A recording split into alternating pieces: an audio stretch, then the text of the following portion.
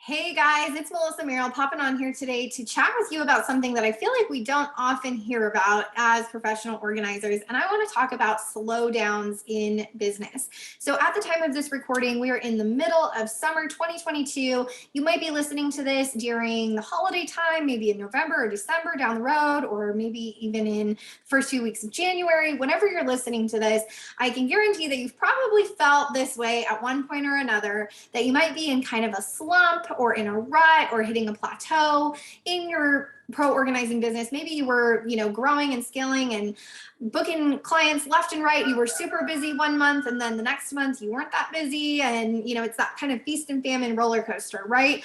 But beyond that, sometimes there's actual just periods of slowing down. I'm not saying that this is going to happen to your business, but depending which market you're in, some people take summers to do tons of vacations, tons of summer camps with their kids, trips, international travel, things like that. Other times during the holidays, you might have people that just kind of completely shut off on wanting to hire an organizer around the holidays between like Thanksgiving and Christmas, for example.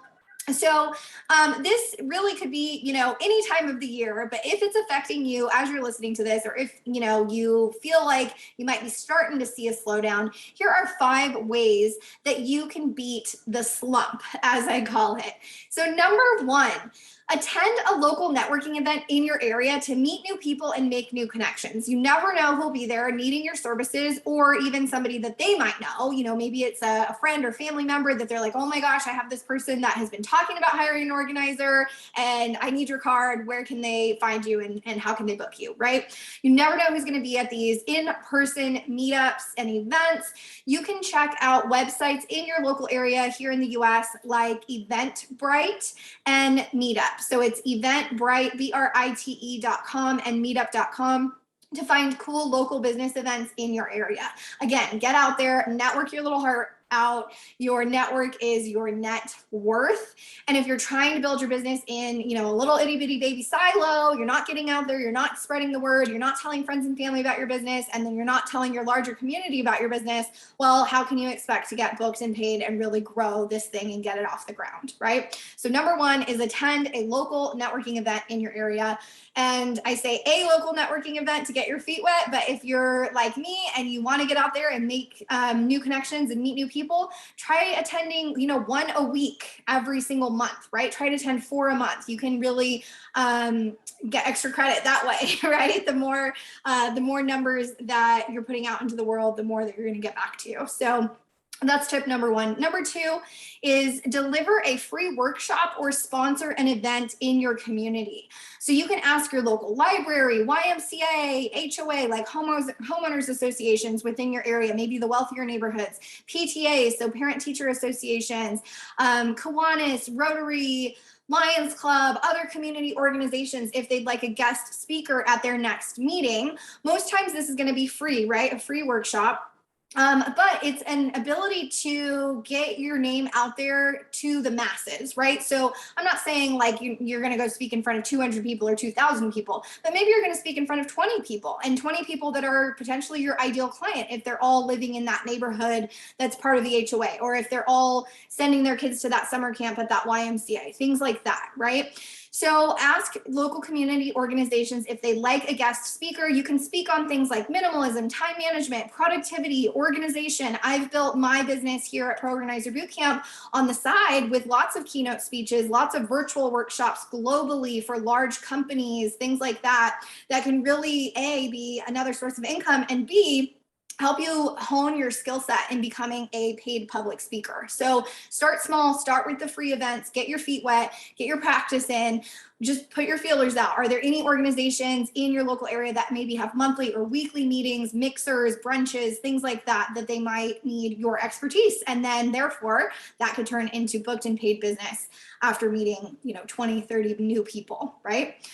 If public speaking isn't your jam, see if you can sponsor events like golf club mixers, women's brunches, country club events, like sponsor them. So go where the money is, get your name out there. Maybe you set up a booth or a table, you have some flyers, some business cards, a freebie, a giveaway, a QR code where people can learn more about your business, an email sign up list. I remember I used to take just a simple clipboard to golf course events and things like that, and have people sign up for a freebie.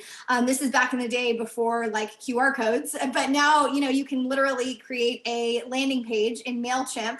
I'm going to be doing a webinar on funnels and lead generation from that point of view here shortly. So stay tuned for that video / maybe that podcast episode. But that being said, you can have somebody come up to your booth, take a little picture of that QR code and go right to your landing page for your email marketing freebie. They can get on your email list. You can stay in touch with them. You can continue to bring them value with that little freebie.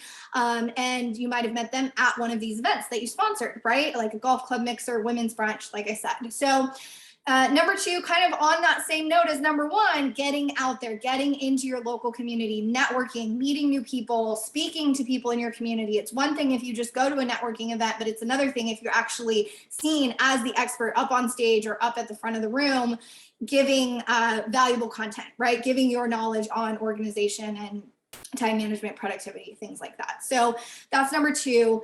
Number 3 is refresh the content on your Google My Business page. So you know that in past videos here at Pro Organizer Bootcamp, I've talked a lot about your claiming your free business listings, right? So claiming your findmyorganizer.com listing, your Nextdoor listing, your Yelp business page listing, and of course, the number 1, Google, right? Google search is where it's at. People are finding you on Google. They're going on to Google, typing in professional organizer near me, pro organizer in my area, home organizer in blah, blah, blah zip code, right? They're getting on there. But if you're not refreshing your content on your Google My Business page, it's not staying fresh. It's not necessarily keeping those Google gods happy, right? It's one thing to claim the business page and then just never touch it again, never load photos there, never load any posts there, any specials that you have going on, discounts, offers like, you guys know I'm against this, but like gift certificates, things like that. If you know that holidays are coming up and you know that you're going to be closed, for example, for 4th of July or Memorial Day or Labor Day, right? You can go in there and actually update your hours to reflect that so that you don't have people trying to book you or call you on those holidays that you've set aside for your friends and family time. So things like that. Super simple, but refresh the content on your Google My Business page. Don't forget about it, right? It's one thing, again, just to claim it and never touch it and let it go collect dust and cobwebs, but it's another thing to actually keep it up to date. You can actually post on Google My Business just like all of your other social media platforms. So if you're already creating fun Canva graphics or you're already posting fun before and after photos, you can actually put all of that onto your Google My Business page as a post. You can actually post on that page, and that's going to keep those Google gods happy. It's going to keep your content fresh and relevant and keep Google showing it to people that are trying to find you in the community. So that's number 3. Now, number 4, reaching out to old clients, past clients for reviews. So if you've listened to me talk about this for years and years, you know that I feel like we're in this digital review culture. You're not going to go see a hairstylist before you check her reviews. You're not going to go to a new nail salon before you check their reviews. You're probably not going to go stay at that hotel or that Airbnb without looking at the reviews. Maybe you're not even going to buy that product on Amazon until you look at the reviews and decide which one is better than, the 15 options that are out there for you, right? We are in this review culture. Reviews are key to growing your local search presence. So if you're not gathering reviews, if you're not asking past clients for testimonials, for recommendations, referrals, then what are you doing? There's money in that, right? Repeat business is huge. If you make your clients happy, you're able to get them back in the door and you're able to have them kind of spread the news, so to speak, through your Google page, your Yelp page, your Thumbtack page, wherever you have reviews populated. That is going to be gold to securing new business.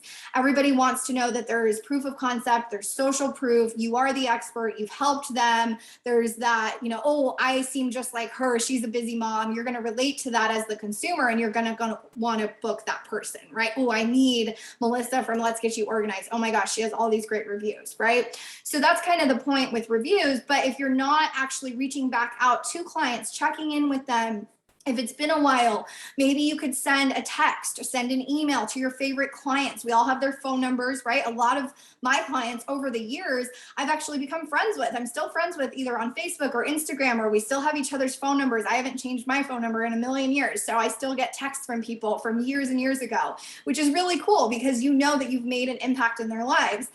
And that's one thing, right? Obviously, that's super fulfilling and that's behind our why and our vision and our impact as organizers.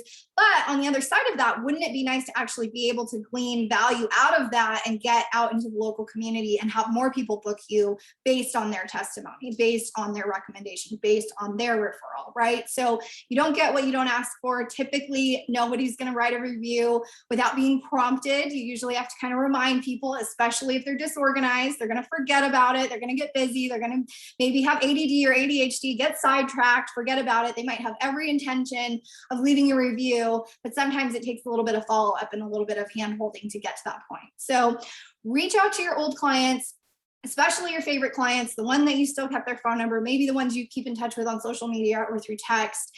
Maybe you email them, right? Maybe we talked a little bit about email marketing, which again, I'm going to do a whole video and session on funnels here soon, but maybe you start an email list with all your past client contacts and you start sending stuff out to them. Check in on how their current systems are doing, offer maybe 10 to 15% off of their next session if they leave a review or if they refer a friend. Get creative, get those repeat clients, and don't forget about gathering reviews during a time in your business that might seem like it's a little bit slower. That can definitely help boost the algorithm, boost the search, boost your business, and also give you something to do in this kind of downtime period. So that's number 4, is get reviews. Number 5 is work on getting press and publicity in your business. So all this free time can kind of leave space for the admin type work to be done behind the scenes.